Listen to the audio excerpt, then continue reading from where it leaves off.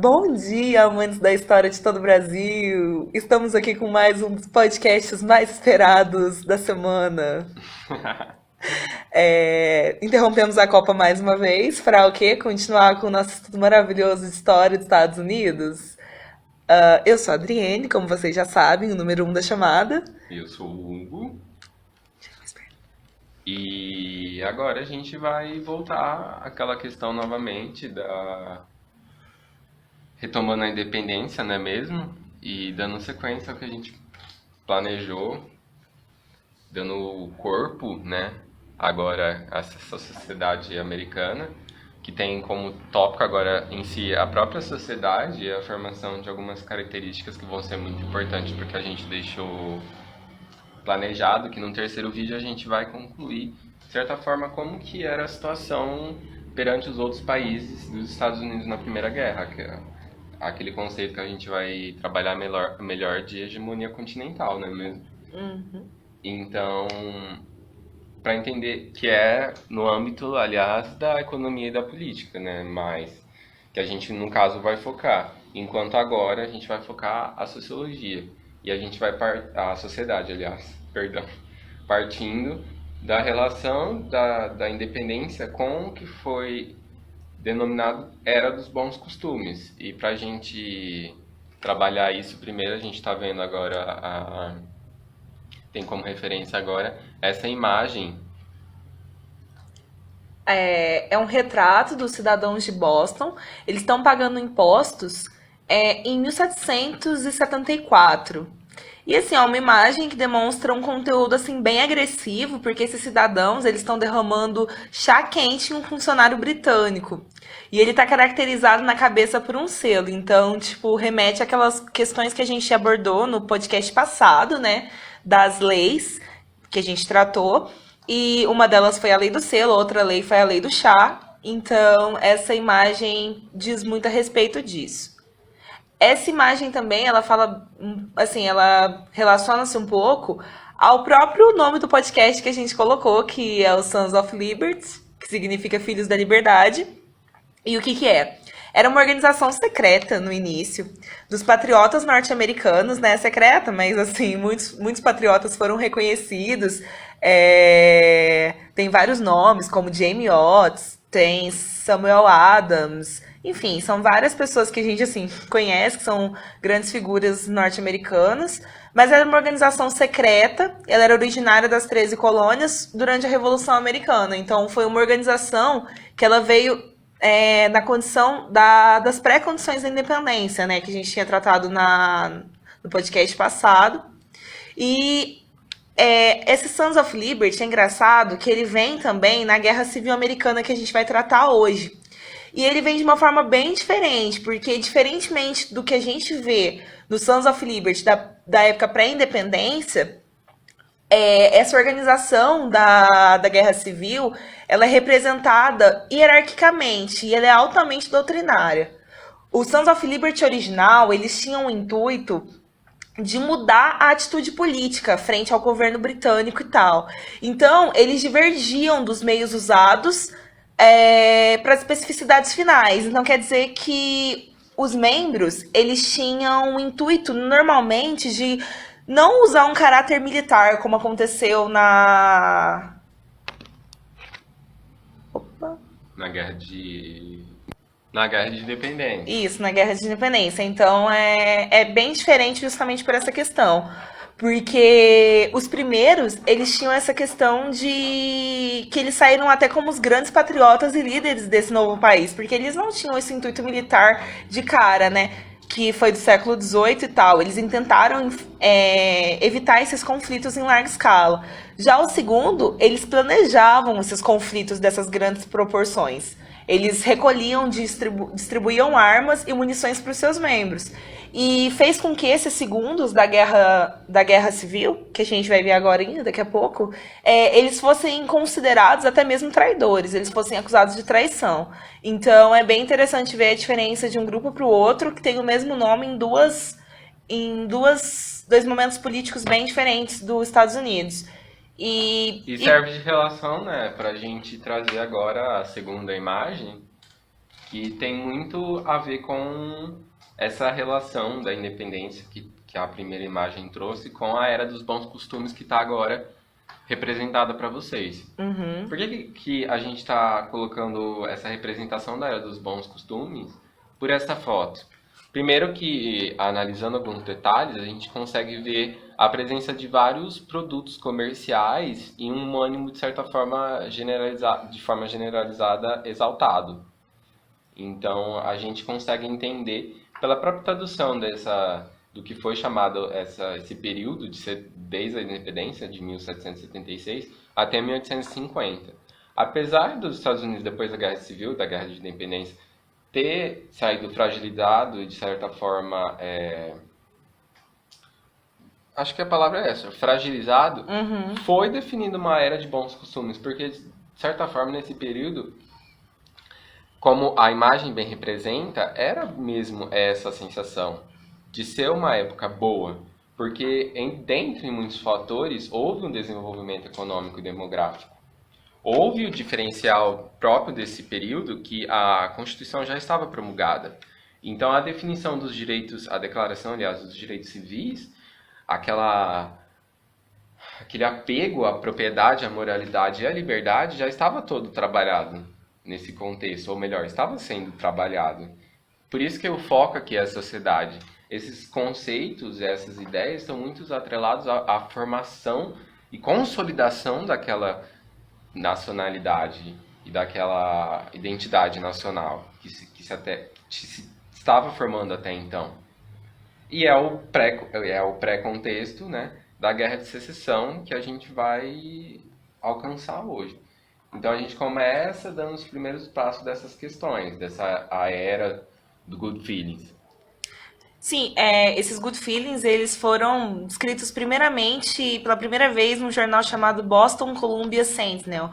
E é uma era que é representada por dois presidentes muito específicos, que é o James Madison e o James Monroe, que depois a gente vai ver na doutrina Monroe.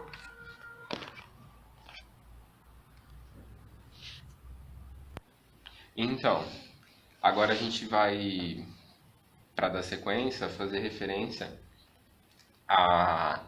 como eu disse, como eu já disse, a era dos bons costumes até 1850 foi Bons então sentimentos.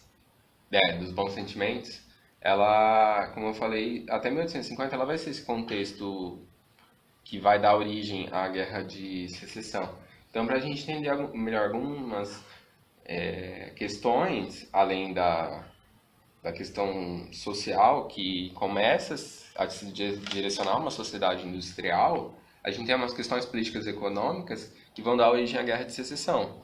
Então, para isso, agora a gente vai ver dois mapas que a gente vai trabalhar a questão da Nebraska, Kansas, e a questão do Missouri, que estão dentro desse contexto da era dos bons sentimentos, dos bons costumes, e vai dar origem vai contribuir, no caso, à Guerra de Secessão, em 1861.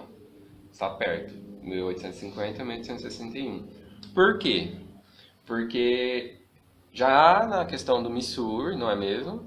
Não, do pacto Kansas-Nebraska e do compromisso do Missouri.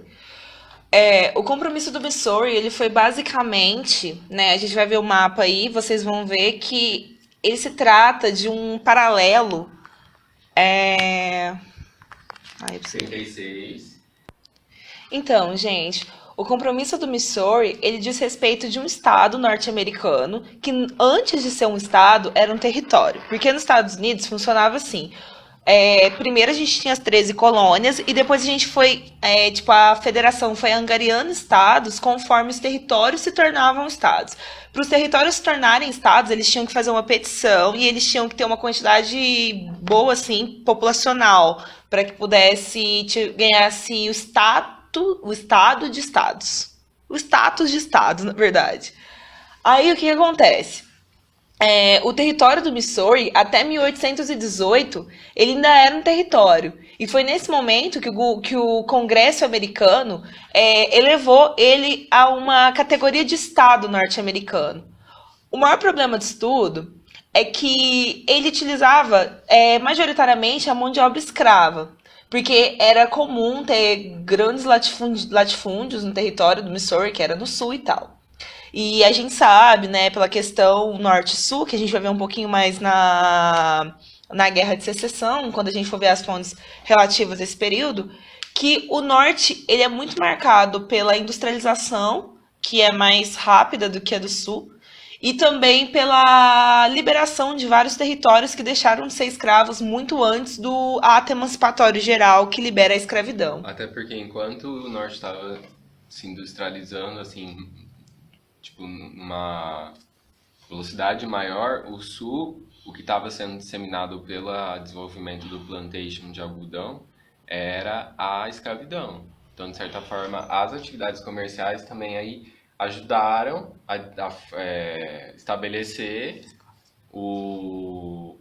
a escravidão num plantation de algodão no sul, enquanto no norte se tinha outros direcionamentos políticos e econômicos. Isso, aí no norte as plantações de algodão eram extremamente fortes, mas também a gente tem que lembrar que o norte que subsistiu, falei errado, gente. No sul, as plantações de algodão eram muito mais fortes, mas a gente lembra que o sul subsistiu o norte, porque o norte tinha uma indústria têxtil muito desenvolvida. E para essa indústria têxtil ter, tipo, produtos de base, assim, tipo, para ter a matéria-prima, digamos assim, dependia do norte, das fazendas do norte e também do próprio regime escravista. E o que acontece? O próprio Missouri, ele foi um palco de diversas batalhas, tanto entre os abolicionistas, que queriam que o Missouri ingressasse como um estado livre, quanto contra os pró-escravidão, porque eles eram defensores do trabalho escravo, eles defendiam a sua própria mão de obra, né? Principalmente os fazendeiros do sul. Acontece que, depois de várias disputas judiciais, o Missouri, em 1820, ele se tornou o 24º estado norte-americano, e se tornou um estado escravista. Mas a partir daí foi desenvolvido um ato, assim, na verdade um compromisso chamado Compromisso do Missouri. Pode ser também conhecido como Compromisso de 1820. Vocês vão poder ver no mapa mais ou menos um pouco dessa questão. Porque o Compromisso do Missouri, que foi feito também em 1820, por isso o nome, aponta que a escravidão ela seria proibida em alguns territórios que fossem localizados acima do paralelo de 36 graus ao norte. Como fala esse paralelo aqui mesmo? Paralelo 36. Paralelo 36. Ou seja, todos os territórios que fossem localizados acima desse paralelo ao norte, a escravidão ela não poderia vigir, ela seria abolida. Qualquer território que fosse se tornar um estado. E nesse caso, como vocês estão vendo aí no mapa, o Compromisso do Missouri proibiu a escravidão no território não organizado, chamado Great Plains. Na onde está de verde escuro, é onde não poderia haver escravidão. Enquanto no próprio Missouri, que é esse território amarelo que está aparecendo no mapa, e no território do Arkansas, que é apenas um território, na verdade não é um estado, a escravidão estaria liberada, porque é ao sul. Acontece que durante a expansão territorial, né, porque esse compromisso do Missouri, num primeiro momento, além de permitir que o próprio Missouri fosse um estado escravista, pretendia regulamentar o trabalho escravo nos territórios do oeste. Justamente porque os Estados Unidos estavam se expandindo muito, né? Não eram mais as 13 colônias, mas agora eram estados independentes, depois que a gente viu da independência. E ele estava se expandindo cada vez mais, e esses territórios estavam sendo acumulados. Então, eles precisariam de uma regulamentação desse trabalho escravo. Então, tanto os pró-abolicionistas quanto os pró-escravistas fizeram esse acordo. Acontece que a Califórnia, que era um estado recém-conquistado, ela ficava localizada ao sul, um pouco ao sul, no paralelo 35,5, pouca coisa ao sul. E ela fez uma petição, né, o próprio estado da Califórnia fez uma petição para não ser um estado escravista. Ela não queria ingressar como um estado escravista, mesmo se situando ao sul. E a Suprema Corte fez uma decisão favorável em 1850, que a partir da celebração do Compromisso Clay, que dava aos estados o direito de decidir se eles queriam ou não ser ou não escravocratas. Uma outra questão que agravou ainda outro ato que agrava ainda mais essa questão dessa divisão entre os estados norte e sul é o ato Kansas-Nebraska, porque o que acontece? Ele foi mais um ato depois desse compromisso Clay que demonstra que a escravidão ela não tinha necessariamente um componente moral no início, que é o que a gente vai tratar logo em seguida. Ela era mais questões de acordos entre ambos os estados, norte e sul, para que pudesse manter, de certa forma, isso até determinado momento, no qual não seria mais útil e necessária. O compromisso Kansas-Nebraska, ele trata... De certa forma, ele foi o que significou na década de 1850 o auge da rivalidade entre o Sul e o Norte, né? E o que vai dar origem ao conflito de guerra civil. Por isso que a Guerra de Secessão é chamada de Guerra Civil. Foi entre os próprios estados, dentro desse contexto racial, escravocrata que se tinha nos Estados Unidos. Sim. Os pactos, esses acordos, só demonstram como a escravidão estava atrelada à questão econômica e política da época, né? Então, a Guerra de Secessão, que vai se iniciar em 1861 e vai até 1865, só para dar alguns detalhes, um contexto, ela é a primeira guerra fotografada ali em campo mesmo. É considerada a guerra mais sangrenta porque morreu cerca de 750 mil pessoas. Então é uma história é uma guerra que ficou marcada, mesmo pela questão racial, nos Estados Unidos.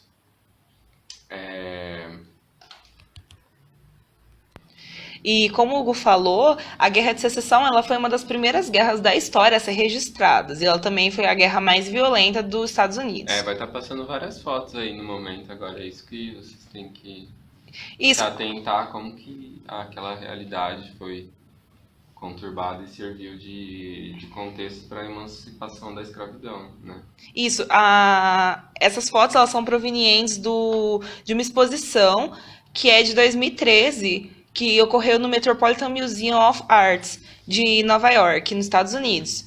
Essa exposição foi de fotografias, né, da Guerra Civil Americana e são muitas fotos bem interessantes que mostram os horrores da guerra no geral. Nessa questão, né, que envolve muito essa questão da escravidão norte-americana, a gente tem um caso muito específico, que é um caso chamado Dred Scott.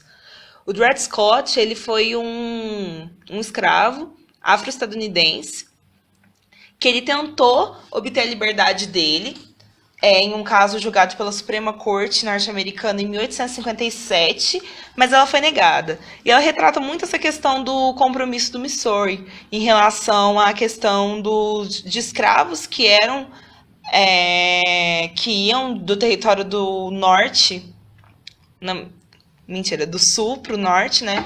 Para tentar, no caso, conquistar a liberdade, porque muitos territórios do norte, praticamente todos, depois do compromisso do Missouri, eles não tinham mais a escravidão. E aí, o que acontece nessa história desse Dred Scott? O senhor dele, ele se muda para um estado do norte, onde a escravidão era ilegal. E aí, nesse momento, ele tenta, com a Suprema Corte, conquistar a sua liberdade, mas a Suprema Corte nega essa liberdade, dizendo assim que o compromisso do Missouri não afetava a emancipação dele.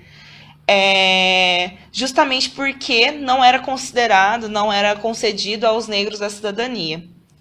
A outra fonte que a gente vai ver agora também é dos 12 anos de escravidão, que é a próxima fonte. Não é bem uma fonte, né? Exatamente o que eu ia falar. É uma referência, além disso, para vocês terem material para análise crítica e comparativa com essa história que foi real, mas que, no entanto, foi inversa, né? Porque, no caso do filme, como se vocês assistirem, a gente indica porque, além dele ter ganhado o Oscar em 2014, ano que ele foi lançado, ele retrata muito bem essa questão e faz um comparativo com essa história real do Scott com a do personagem principal do filme. Do Que não, Solomon. do Solomon, que na verdade é invertida, né? Ele é sequestrado e vai viver 12 anos em escravidão num estado escravista ainda, no sul. Exatamente. Tentando conquistar a liberdade, porque ele já tinha liberdade no norte, né? Porque ele vivia em Nova York. Sim. Durante a Guerra de Secessão, causada por toda essa questão econômica, política, escravagista ou escravocrata, É, escravocrata. que o presidente Lincoln, como vocês podem ver agora, ele vai declarar em 1863 o ato emancipatório, que, como vocês podem ver, é a 13ª emenda da Constituição, e vai declarar a emancipação, a liberdade de todos os negros. E O Lincoln ele faz esse decreto e ele libera os negros tanto nos estados do norte quanto nos estados confederados, que a Guerra Civil já tinha começado. A Guerra Civil começou em 61. inclusive esse ato foi o que marcou o fim, não propriamente, mas o início do fim da guerra, né? Marca o início do fim justamente porque os confederados eles queriam um auxílio da Inglaterra. E no primeiro momento eles conseguiram um auxílio da Inglaterra. Tanto é que eles começaram a vencer no início. Sim, né? no início porque, tipo, muitas das batalhas foram no sul, nos campos do sul. E a vantagem que os confederados tinham nessa questão é porque eles conheciam muito bem o campo do sul, né? Porque era o território deles mesmos. E eles tinham generais muito fortes, então eles ganharam todas as primeiras batalhas, fazendo com que o norte fosse claro que o norte ia perder. Só que com esse ato emancipatório do Lincoln, é aí que a questão da escravidão ganha aquela questão do componente moral que a gente estava falando. Justamente porque até então a escravidão não tinha uma ideia de que é um sistema desumano, humilhante, esse tipo de coisa, porque isso não estava em pauta. A pauta não era essa. A pauta era se a escravidão era benéfica ou não para os interesses de Estado, mas não para questões de que a escravidão é um sistema desumano, não podemos defender. E mesmo porque a Inglaterra também já tinha abolido a escravidão há muito tempo, então não poderia estar lutando de um lado de estados que defendiam essa escravidão. Exatamente. É nesse momento, então, que o norte começa a, de certa forma, ganhar e com a ajuda da Inglaterra. E é nesse momento também, a partir desse momento, que o norte também vai começar A se fortalecer. a se fortalecer e a definir os moldes de estilo de vida daquela sociedade, né? E é nessa parte também que a gente entra na próxima fonte. Lembrando que o Lincoln ele acreditava que esse ato emancipatório acabaria com a guerra. Infelizmente não acabou. Demorou uns 2 aninhos aí. Foi até 65, mas foi bem decisivo para tipo um tiro de misericórdia, assim. Sobre ainda a guerra de Sobre ainda secessão e a independência ali da população negra, a emancipação política, a gente tem uma outra indicação, que é o documentário da Netflix, a 13ª Emenda, que de certa forma serve do mesmo intuito de referência à comparação e à crítica desse contexto, que de certa forma às vezes não é bem discutido, né? Sim. É bem interessante o documentário. A gente deixou a fotinha aí para vocês verem. Porque essa questão entra muito, dando sequência, ao que o nosso autor aqui como referência principal, não colocando sempre um só, é muito complexo essa questão, mas não entrando, enfim. O nosso autor como referência aqui, o Victor Isaacson, como vocês podem ver na foto, ele tem um texto de quanto que é? Eu acho que é de 2007, se eu não me engano. É de 2003, né? 2003. É porque é um Escravidão, artigo. Federalismo e Democracia. Isso. A luta pelo controle do Estado Nacional Norte-Americano antes da secessão. Ele que vai colocar essa questão que não era um mecanismo econômico, ou melhor, uma questão econômica, a escravidão estar sendo discutida pré-emancipação, era considerado um elemento aglutinador, um mecanismo aglutinador. Uhum. estava presente no âmbito social, por estar partindo da relação econômico-política ali. Uhum. Mas ela toma essa questão no âmbito social, porque muitas vezes ela era referida como o mecanismo de manutenção do país. O sul sustentava o norte economicamente ali. Então, de certa forma, aquele estilo de vida não tinha uma questão moral. E eles. Estava muito mais relacionada ao âmbito político, social, do que a questão moral ali. E é o que o autor vem a nos dizer nesse artigo, de certa forma. E, de certa forma, vai em direção à conclusão desse capítulo, e desse capítulo não, desse segundo momento do nosso trabalho, porque desse podcast, porque no terceiro momento a gente vai entender como que é essa questão de embasamento jurídico, representatividade política, econômica e social se iniciou na oposição britânico-colônia, no podcast anterior, se transferem para a questão racial aqui, entre a liberdade do negro e a A política questão da cidadania do também, branco, e que é vem a negada. ser, no terceiro, uma questão do que a sociedade estava caminhando naquele momento, né? Porque o final do que a gente vai querer chegar é a Primeira Guerra Mundial. Como que isso Exatamente. afetou e chegou nessas proporções, né? Uhum. Então, gente, é isso. Eu só queria ressaltar que esse autor também foi indicado pelo nosso professor no curso, né? Tipo, esse último autor que a gente utilizou aqui. E tem outros autores também, como o Hugo já disse. Então é isso, a gente se vê no próximo podcast. Espero que vocês tenham gostado. Um beijo.